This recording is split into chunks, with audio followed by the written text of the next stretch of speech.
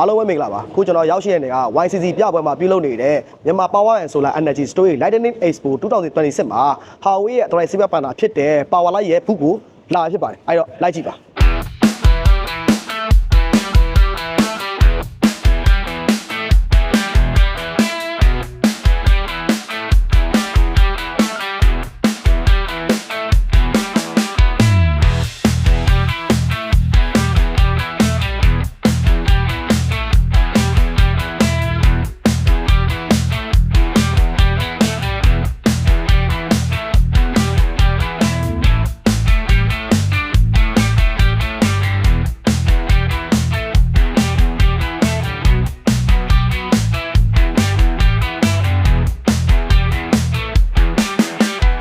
โอเคမြန်မာနိုင်ငံရဲ့ထိပ်တန်းမင်းသားတစ်လက်ကိုသွားပြီးတော့လေ့လာကြည့်အောင်လိုက်ခဲ့ပါ Power Light မှာရှိတဲ့ Huawei product လေးရှင်းပြပေးမယ်ဒါဆိုလို့ရှိရင်ကျွန်တော်ပြီးခဲ့တဲ့တစ်ခေါက်မှာပူပူနေနေရိုက်ထားတဲ့ Huawei ရဲ့ 3-phase 12 kW MPP0 series လေးပေါ့နော်ဒီဘက်မှာဆိုလို့ရှိရင် Huawei ရဲ့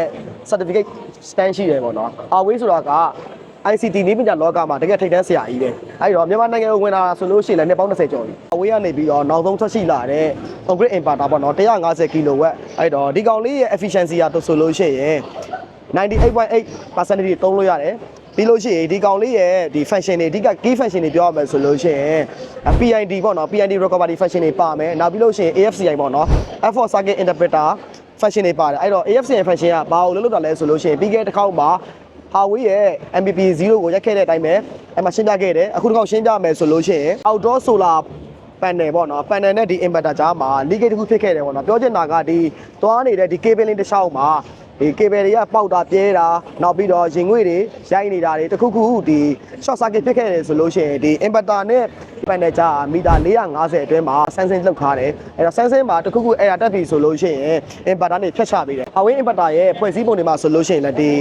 ဒီ module insulation resistance ဆိုလို့ရှိရင်လည်းအများကြီးပါတယ် protection တွေလည်းအများကြီးပါတာဖြစ်တဲ့အတွက်ဒီ Huawei က safety ဦးစားပေးထားတာပေါ့နော် Huawei inverter ရဲ့ design တွေကသူကဘယ်လိုကျန်းတဲ့ရာတီဥပမာဖြစ်ဖြစ်အသုံးခံနိုင်အောင်သူက design ဆွဲထားသေးတယ် Huawei ရဲ့ထုံးစံတိုင်းသူရဲ့ trademark ကဒီ safety ဘိုင်းနဲ့ performance ဘိုင်းဦးစားပေးထားတာတိတာ ESS လောကမှာ Huawei က15နှစ်ကျော်အတွေ့အကြုံရှိတယ်နောက်ပြီးတော့နိုင်ငံပေါင်း100ကျော်မှာလည်းတက်ဆင်အသုံးပြုပြီးသွားပြီဒါကတော့ကမ္ဘာပထမဆုံး hybrid cooling system ဖြစ်တဲ့ Huawei ရဲ့ ESS ပေါ့နော်အဲ့တော့ ESS ဆိုလို့ရှိရင်သူ့ရဲ့ battery capacity နဲ့ဆိုလို့ရှိရင် 215 kWh ပါတယ်နောက်ပြီးတော့သူက Built-in ပါပြီးသား PCS ပေါ့နော် power consumption system ကျွန်တော်တို့ဒီဈေးကွက်ခေါ်ရဆို inverter ပေါ့နော်108 kW ပါတယ် hybrid cooling system ဆိုတာကဒီ liquid နဲ့ air ကိုပေါင်းစပ်ပြီးတော့ဒီနှစ်ခုပေါင်းပြီးတော့လုပ်တဲ့ system ပေါ့နော်အဲ့တော့ temperature ဒီ40 degree celsius ကျော်သွားပြီဆိုတာနဲ့ဒီနှစ်ခုပေါင်းပြီးလုပ်လိမ့်မယ်ဒီ hybrid cooling system ပေးထားတဲ့အတွက် battery ကမပူတော့တဲ့အတွက်ဒီ battery မှာရှိနေရှိတိုက်တဲ့ဒီ SOC တွေ SOH တွေဒီ cycle တွေကပို့ပြီးတော့တန်းရှည်မှာပေါ့နော်အဲ့တော့ဒီ battery ကိုတန်းပြည့်ကြောင်သုံးလို့ရမယ်နောက်ပြီးတော့သူ့ရဲ့ performance တွေကလည်းအားကောင်းနေမှာပေါ့ safety နဲ့ protection ဘိုင်းမှာဆိုလို့ရှိရင်သူက C2C GLS ဆိုတဲ့ function ပါတယ်ပြောချင်တာက battery cell ကနေပြီးတော့ဒီ battery cell consumption level ထိစင်စင် protection တွေပါတယ် cell တစ်ခုကနေအဲ့ဒါတက်ပြီးပဲဖြစ်ဖြစ်အလန်း73မျိုးထိကိုသူကအသေးစိတ်ကို sensing လုပ်ထားတယ်အဲ့တော့ပြောချင်တာက Huawei ရဲ့ဒီ ESS ကမီးလောင်တဲ့ level ထိမရောက်သွားဘူးပေါ့ဗျာ level 5 rapid shutdown system ပါမယ် IST ပေါ့ပြီးခဲ့တဲ့ခေါက်ရှင်းပြခဲ့ပြီးပြီနောက်ပြီးလို့ရှိရင်24 hour real time active balancing system လည်းပါမယ်နောက်ဆုံးတစ်ခုအနေနဲ့ဆိုလို့ရှိရင်ဒီက SOC ကို cell calibration လုပ်ပေးဦးမှာအဲ့ဒီ system လည်းပါတယ်အဲ့တော့အနည်းချုပ်လေးပြပြမယ်ဆိုလို့ရှိရင် Huawei ရဲ့ ESS ကိုကျွန်တော်တို့ကဒီ specification ကို